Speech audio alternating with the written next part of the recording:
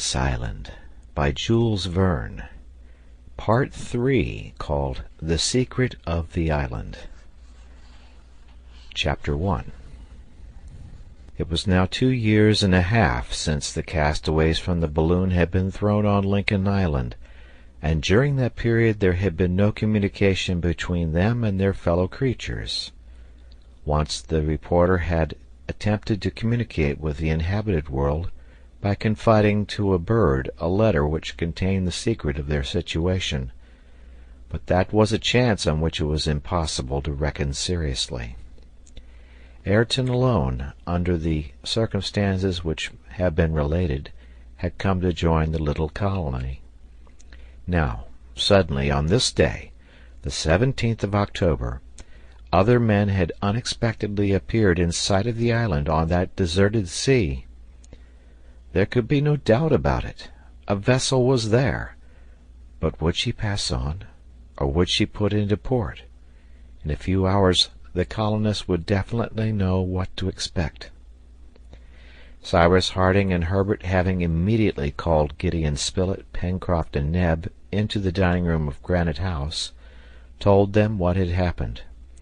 Pencroft, seizing the telescope, rapidly swept the horizon, and stopping on the indicated point, that is to say, on that which had made the almost imperceptible spot on the photographic negative, "I'm blessed, but it is really a vessel!"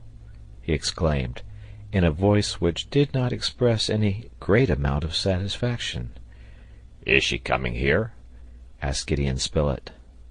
"Impossible to say anything yet," answered Pencroft, "for her rigging alone is above the horizon, and not a bit of her hull can be seen." "What is to be done?" asked the lad. "Wait," replied Harding. And for a considerable time the settlers remained silent, given up to all the thoughts and the emotions, all the fears, all the hopes, which were aroused by this incident, the most important which had occurred since their arrival in Lincoln Island. Certainly the colonists were not in the situation of castaways abandoned on a sterile islet, constantly contending against a cruel nature for their miserable existence, and incessantly tormented by the longing to return to inhabited countries. Pencroft and Neb especially, who felt themselves at once so happy and so rich, would not have left their island without regret. They were accustomed, besides, to this new life in the midst of the domain which their intelligence had, as it were, civilized. But at any rate this ship brought news from the world, perhaps even from their native land. It was bringing fellow creatures to them, and it might be conceived how deeply their hearts were moved at the sight. From time to time Pencroft took the glass and rested himself at the window. From thence he very attentively examined the vessel, which was at a distance of 20 miles to the east. The colonists had as yet, therefore, no means of signalizing their presence. A flag would not have been perceived, a gun would not have been heard, a fire would not have been visible. However, it was certain that the island, overtopped by Mount Franklin, could not escape the notice of a vessel's lookout. But why was this ship coming there? Was it simple chance which brought it to that part of the Pacific, where the maps mention no land except Tabor Island, which itself was out of the route usually followed by vessels from the Polynesian archipelagos, from New Zealand, and from the American coast? To this question, which each one asked himself, a reply was suddenly made by Herbert. "Can it be the Duncan?" he cried.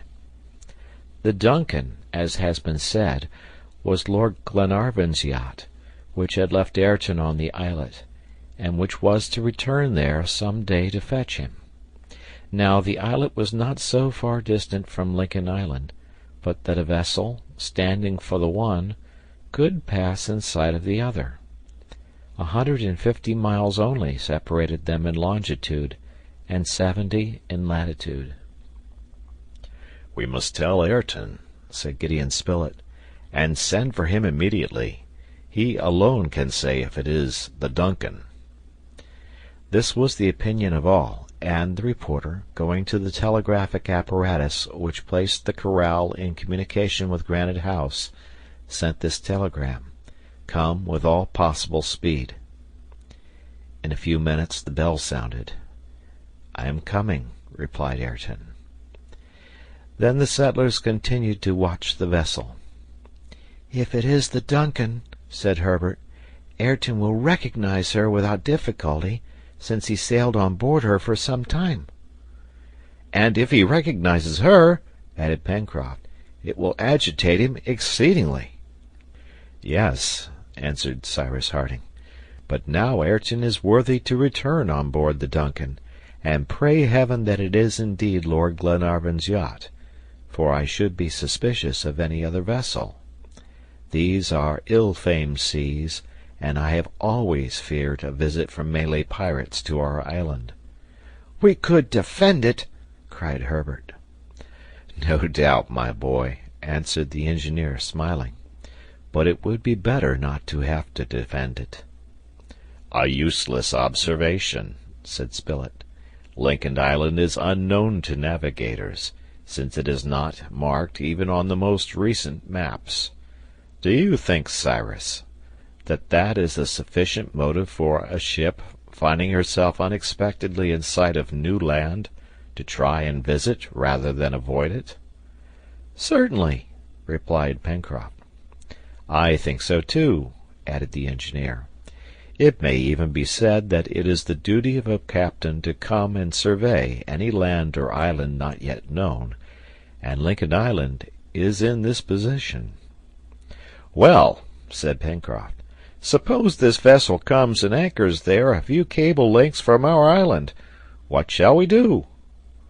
This sudden question remained at first without any reply, but Cyrus Harding, after some moments' thought, replied in the calm tone which was usual to him: "What shall we do, my friends? What we ought to do is this: we will communicate with the ship, we will take our passage on board her, and we will leave our island, after having taken possession of it in the name of the United States.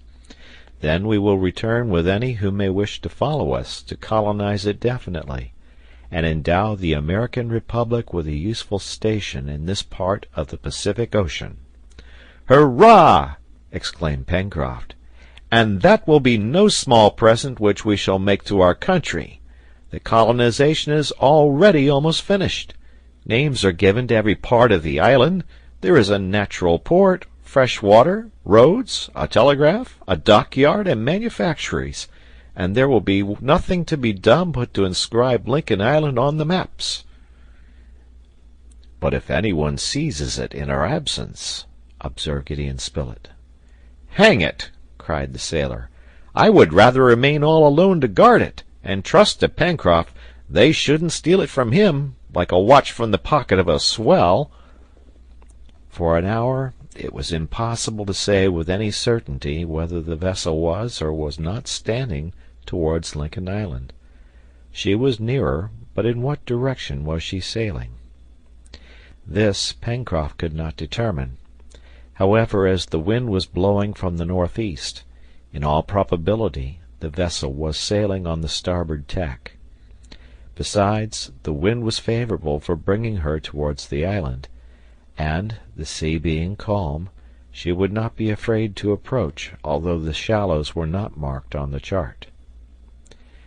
Towards 4 o'clock, an hour after he had been sent for, Ayrton arrived at Granite House. He entered the dining-room, saying, "At your service, gentlemen." Cyrus Harding gave him his hand, as was his custom to do, and leading him to the window, "Ayrton," said he, "we have begged you to come here for an important reason. A ship is in sight of the island." Ayrton at first paled slightly, and for a moment his eyes became dim. Then, leaning out the window, he surveyed the horizon, but could see nothing. "Take this telescope," said Spilett, "and look carefully, Ayrton, for it is possible that this ship may be the DUNCAN, come to these seas for the purpose of taking you home again." "The DUNCAN," murmured Ayrton. "Already?" This last word escaped Ayrton's lips as if involuntarily, and his head drooped upon his hands. Did not 12 years' solitude on a desert island appear to him a sufficient expiation? Did not the penitent yet feel himself pardoned, either in his own eyes or in the eyes of others? "No," said he. "No, it cannot be the DUNCAN." "Look, Ayrton," then said the engineer, "for it is necessary that we should know beforehand what to expect." Ayrton took the glass and pointed it in the direction indicated. During some minutes he examined the horizon without moving, without uttering a word. Then, "It is indeed a vessel," said he, "but I do not think she is the DUNCAN."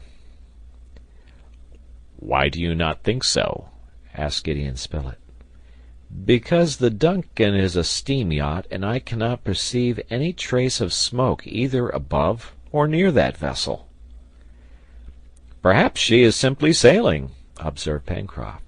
"The wind is favorable for the direction which she appears to be taking, and she may be anxious to economize her coal, being so far from land." "It is possible that you may be right, Mr. Pencroft," answered Ayrton, "and that the vessel has extinguished her fires. We must wait until she is nearer, and then we shall know what to expect." So saying, Ayrton sat down in a corner of the room and remained silent. The colonists again discussed the strange ship, but Ayrton took no part in the conversation. All were in such a mood that they found it impossible to continue their work. Gideon Spilett and Pencroft were particularly nervous, going, coming, not able to remain still in one place. Herbert felt more curiosity. Neb alone maintained his usual calm manner. Was not his country that where his master was? As to the engineer, he remained plunged in deep thought, and in his heart feared rather than desired the arrival of the ship. In the meanwhile, the vessel was a little nearer the island. With the aid of the glass, it was ascertained that she was a brig, and not one of those Malay proas, which are generally used by the pirates of the Pacific.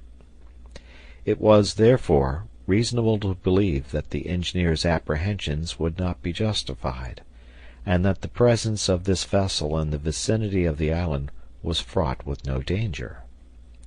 Pencroft, after a minute examination, was able positively to affirm that the vessel was rigged as a brig, and that she was standing obliquely towards the coast, on the starboard tack, under her topsails and topgallant sails. This was confirmed by Ayrton. But by continuing in this direction she must soon disappear behind Claw Cape, as the wind was from the southwest, and to watch her it would be then necessary to ascend the heights of Washington Bay, near Port Balloon, a provoking circumstance, for it was already 5 o'clock in the evening, and the twilight would soon make any observation extremely difficult. "What shall we do when night comes on?" asked Gideon Spilett. "Shall we light a fire, so as to signal our presence on the coast?" This was a serious question, and yet, although the engineer still retained some of his presentiments, it was answered in the affirmative. During the night the ship might disappear and leave forever, and, this ship gone, would another ever return to the waters of Lincoln Island? Who could foresee what the future would then have in store for the colonists? "Yes," said the reporter, "we ought to make known to that vessel, whoever she may be, that the island is inhabited. To neglect the opportunity which is offered to us might be to create everlasting regrets." It was therefore decided that Neb and Pencroft should go to Port Balloon, and that there at nightfall they should light an immense fire, the blaze of which would necessarily attract the attention of the brig.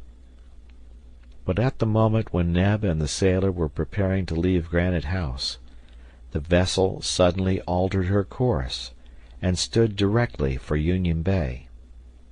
The brig was a good sailor, for she approached rapidly. Neb and Pencroft put off their departure, therefore, and the glass was put into Ayrton's hands, that he might ascertain for certain whether the ship was or was not the Duncan. The Scotch yacht was also rigged as a brig. The question was whether a chimney could be discerned between the two masts of the vessel, which was now at a distance of only 5 miles. The horizon was still very clear. The examination was easy, and Ayrton soon let the glass fall again, saying, "It is not the Duncan. It could not be." Pencroft again brought the brig within the range of the telescope, and could see that she was of between 300 and 400 tons burden, wonderfully narrow, well masted, admirably built, and must be a very rapid sailor. But to what nation did she belong? That was difficult to say. "And yet," added the sailor, "a flag is floating from her peak, but I cannot distinguish the colors of it." "In half an hour we shall be certain about that," answered the reporter. "Besides, it is very evident that the intention of the captain of this ship is to land, and consequently, if not today, tomorrow at the latest, we shall make his acquaintance." "Never mind," said Pencroft. "It is best to know whom we have to deal with, and I shall not be sorry to recognize that fellow's colors." And while thus speaking, the sailor never left the glass. The day began to fade, and with the day the breeze fell also. The brig's ensign hung in folds, and it became more and more difficult to observe it. "It is not the American flag," said Pencroft from time to time, "nor the English, the red of which could be easily seen, nor the French or German colors, nor the white flag of Russia, nor the yellow of Spain. One would say it was all one color. Let's see. In these seas what do we generally meet with? The Chilean flag? But that is tricolor. Brazilian? It is green. Japanese? It is yellow and black, while this—" At that moment the breeze blew out the unknown flag. Ayrton, seizing the telescope which the sailor had put down, put it to his eye, and in a hoarse voice, "The black flag!" he exclaimed. And indeed the somber bunting was floating from the mast of the brig, and they had now good reason for considering her to be a suspicious vessel. Had the engineer then been right in his presentiments? Was this a pirate vessel? Did she scour the Pacific, competing with the Malay proas which still infest it? For what had she come to look at the shores of Lincoln Island? Was it to them an unknown island, ready to become a magazine for stolen cargoes?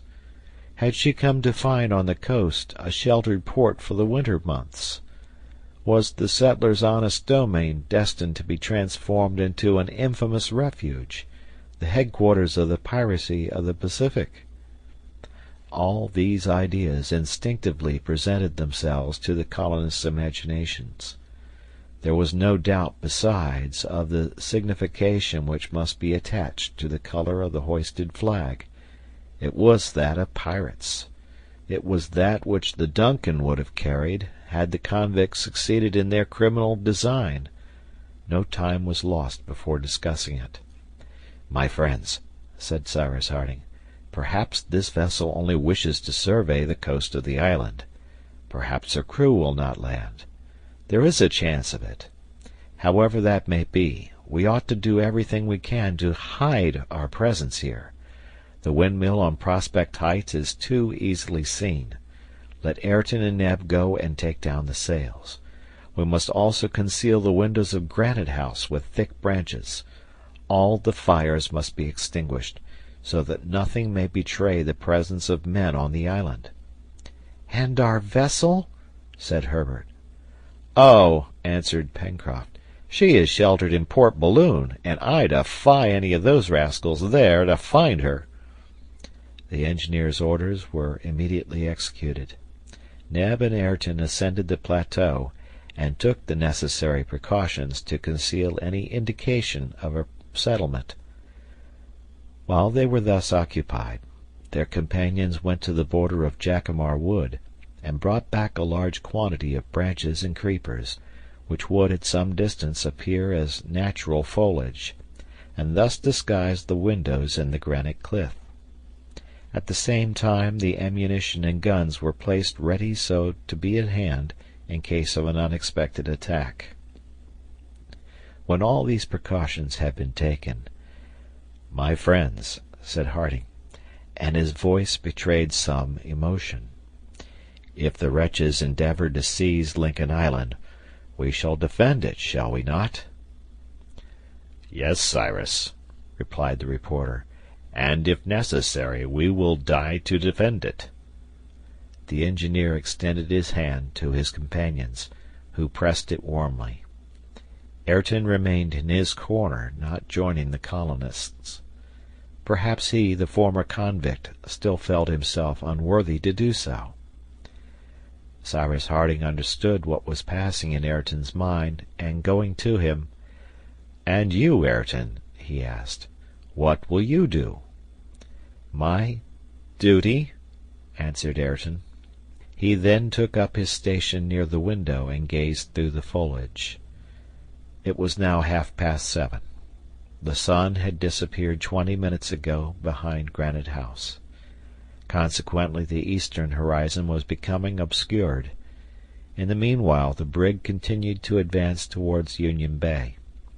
She was now not more than 2 miles off, and exactly opposite the plateau of Prospect Heights, for after having tacked off Claw Cape she had drifted towards the north in the current of the rising tide.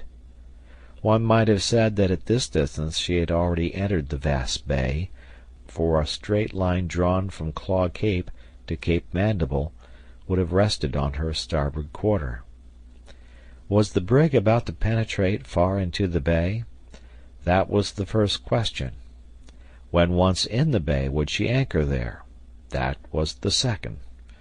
Would she not content herself with only surveying the coast, and stand out to sea again without landing her crew? They would know this in an hour. The colonists could do nothing but wait. Cyrus Harding had not seen the suspected vessel hoist the black flag without deep anxiety. Was it not a direct menace against the work which he and his companions had till then conducted so successfully? Had these pirates, for the sailors of the brig could be nothing else, already visited the island, since on approaching it they had hoisted their colors? Had they formally invaded it, so that certain unaccountable peculiarities might be explained in this way? Did there exist in the as yet unexplored parts some accomplice ready to enter into communication with them? To all these questions which he mentally asked himself, Harding knew not what to reply, but he felt that the safety of the colony could not but be seriously threatened by the arrival of the brig. However, he and his companions were determined to fight to the last gasp. It would have been very important to know if the pirates were numerous and better armed than the colonists. But how was this information to be obtained? Night fell. The new moon had disappeared. Profound darkness enveloped the island and the sea. No light could pierce through the heavy piles of clouds on the horizon. The wind had died away completely with the twilight. Not a leaf rustled on the trees, not a ripple murmured on the shore. Nothing could be seen of the ship, all her lights being extinguished, and as she was still in sight of the island, Her whereabouts could not be discovered. "Well, who knows?" said Pencroft. "Perhaps that cursed craft will stand off during the night, and we shall see nothing of her at daybreak." As if in reply to the sailor's observation, a bright light flashed in the darkness, and a cannon shot was heard. The vessel was still there and had guns on board. 6 seconds elapsed between the flash and the report. Therefore the brig was about 1.25 miles from the coast. At the same time the chains were heard rattling through the hawse holes. The vessel had just anchored in sight of Granite House. End of chapter.